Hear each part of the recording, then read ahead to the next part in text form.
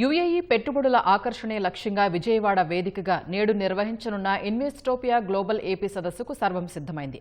యుఏఈకి చెందిన వివిధ సంస్థల ప్రతినిధులతో పాటు సీఎం చంద్రబాబు ఈ సదస్సుకు హాజరు కానున్నారు. ఇందులో 4 అంశాలపై కీలక చర్చ జరగనుంది.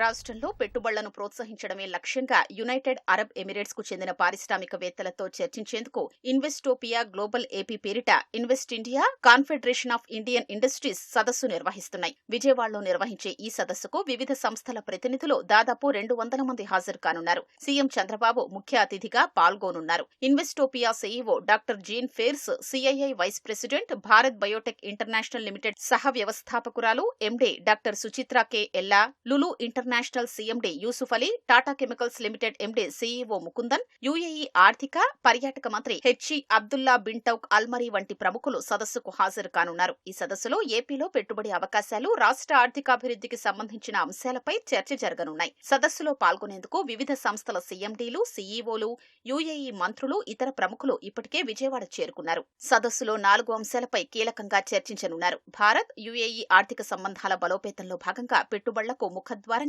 ఏపీ అనే అంశంపై మొదటి సెషన్లో చర్చించనున్నారు. భారత్ యుఏఈ మధ్య వాణిజ్యం, పెట్టుబడుల ప్రతిపాదనల్ని ముందుకు తీసుకెళ్లడంలో సహకారంపై చర్చిస్తారు. పాలసీలు, మౌలిక సదుపాయాల గురించి ప్రెజెంటేషన్ ద్వారా ప్రభుత్వం వివరించనుంది. యుఏఈ, ఏపీ భాగస్వామ్యం అంశంలో భాగంగా యుఏఈ పెట్టుబడులు, భాగస్వామ్యాల ద్వారా పరస్పర వృద్ధి సాధించేందుకు సహకారంపై ప్యానెల్ డిస్కషన్ నిర్వహిస్తారు. వ్యాపార విస్తరణ ప్రణాళికల్ని యుఏఈ పెట్టుబడిదారులు వివరిస్తారు.